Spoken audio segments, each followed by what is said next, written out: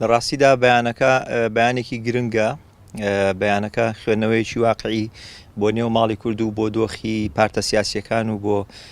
هەڵوێستە شیا و نەشیاوەکانی پارتە سیاسیەکان کردووە لەسەریان وەستاوە هەندێک ئەگەر و گریمانەی خەتەرناکی خسۆتە ڕووکە لە ئایندەدا دەشێ ڕوبەڕووی تەواوی هاونیشتیمانیانی کورد بەتایبەت لە باشوور بێتەوە لەگەڵەوەشدا کە بە بڕای من بەیانەکە تا ڕادەیەک درەنگ وەختە دەبووە زووتر وەکو هەڵوێستێکی فەرمی سیاسی ئەم لێدوان و ئەم بیر و بۆچوونانە بڵاو بکرابنە لە ڕاستیدا ئەوەی کە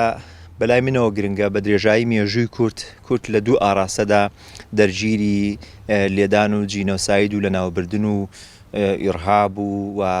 داخورانێکی گەورەی نیشتیمانی نەتەوەی ئینسانی بۆتەوە. ئەم دوو ئاستەش بریتین لە ئاستێکی دەرەکی لەگەڵ ئاستێکی ناوخۆ. ئاستە دەرەکیەکە من ناوە فاشیزم لەبەرەوەی هەموو هێزە دژ بە کوردەکان هێزی فاشیستی بوون. ئەم هێزانە جیاوازیان قبول نییە لەسەر ئەساسی لە ناوبردنی کورد دەیانەوێت نەتەوەی خۆیان دەوڵەتی خۆیان بەرەو پێش بەرن و بوونی دەوڵەتی خۆیان لەسەر سڕینەوەی بوونی کورد هەڵچنیوە. لە ئاسی دووەمدا کە ئاسە ناوخۆیەکەیە کە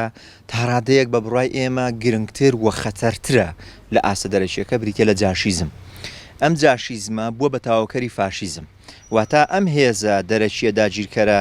فاشیە لە دەرەوە هاتووە هێزێکی دیکەی ناوخۆیی لە کووردا دۆزیوەتەوە وەکو جاش و مرتەزەقە کردوونی بە جاش و هێزێکی جاشیستی و جاشیزمی لێ دروست کردوون بۆ کۆمەکی سڕینەوەی کورد بۆ شەڕی ناوخۆی کورد بۆ دابەشکردنی نیشتیمانی کورد بۆ لە ناوبردننی کیانی نەتەوەی کورد بۆ ئەوەی کە گەورەترین نەتەوەی بێدەوڵەتی دنیا نەهێڵدرێ هیچ کیانێکی سیاسی نێودەوڵەتی یا قوارەیەکی هەبێەوەی هەش بێکە ئەمری واقع و بە جۆرە لە جۆرەکان مامەڵەیەکی ناتەندروستی لەگەڵا بکرێت. لەبەر ئەوە ئەم بەیاننامەیە لە جاشیزمەکە وریامان دەکاتەوە هەموو هێزانە کە لەسەروی هەمویانەوە پەدەکە کە بە یارمەتی دەوڵەتی تورک و سیاسەتی دەرەوە هەر خواستێکی هەبێ بۆ تەسلیمکردنی باشووری کوردستان تەسلیمکردنی باشووری کوردستان تاوان بە هەموو پێکاتەوە بنیادەکانی و نەکتەنیا نەوت دەمێکە تەسلیم کراوە ئابووری تەسلیم کراوە سیاست ئاراسەکردنی سیاست تەسلیم کراوە بەڵام هێشتا هێندێک دەنگ هێندێک هێز هێندێک کەسایەتی هێندێک بوونی کۆمەڵایەتی و کللتوری ئێمە ماون کە بە یەکجاری دەسیم بکرێن لە دوایین لەشکرشیەشی بۆ سەر زیینی وەرتێ و بۆ هەموو ئەو ناوچە کوردستانیانەی کە لە سنوورەکانی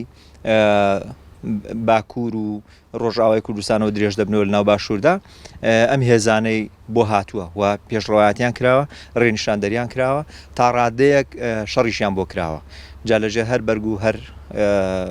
ناوێکی دیکە دابێ ئێمە مەترسی گەورەترمانەیە لە ڕاستیدا تەنیا مەسەلەکە لەشکرکێشێک نییە تەنیا خۆپارێزیەکی دەوڵەتی تورک و دروستکردنی سنووری دووەمی نییە بەڵکو ئامانز لێی وەکو لە بەیانەکەی کەجەکە هاتووە ئامانز لێی بریتە لە داگیرکردنی باشووری کوردستان لە نەهێشتنی و قوارەی کە بۆ بە پاڵپشتێک بۆ پارچەکانی دیکە بۆ خەباتی ڕەوای گەلەکەمان لە وڵاتانی دیکە بۆ ئەوەی ئەمە ئەگەر ناویان نابێت سەرێشە بە یارمەتی دەوڵەتی عێراق و بە یارمەتی جاشیزمی ناوخۆی و بە یارمەتی فاشیزمی دەرەکی ئەم سەر ئێشەیە بۆ دەوڵەتانی دیکە نەمێنێ بێ ئاگا لەوەی کە ئەمەی ئەوان ناویان ناوە سەر ئێشە بریتە لە هێزێکی خەباتجێڕی ئینسانی خاوەن فکر خاوەن پرەنسیب خاوەن بنەما ئەخلاق خاوەن ڕێخستن خاوەن توانستێک کە دەتوانێت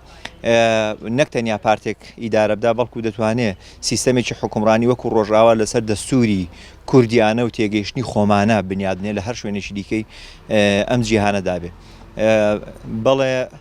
ئێمە بە تەواوەتی پشتیوانی بەیانەکە دەکەین و لەگەڵەوەشداین کە هێزە سیاسیەکانی دیکە بە پەدەکەشەوە پشتیوانی لەم هەڵوێستە بکەن و لە هەڵوێستی خۆیان پاشگەز ببنەوە بەوەی کە لە بەرامبەر هێزی براکانماندا بە هیچ شێوەیەک هیچ هێزێک نەتوانێت جورئەتیەوە نەکە پشتیوانی لە هێزی فاشیزم کە هەر هێزێک پشتیوانی لە هێزی دوژمن و فاشیزم کرد بێ سێودوو لە لای ئێمە دەبێت بە هێزێکی جاش و ناوی دەنێن جاشیزم کە ئەوەی بەڕاستی کارەکانی فاشیزم لە هەرێمی کوردستان تەواو دەکات.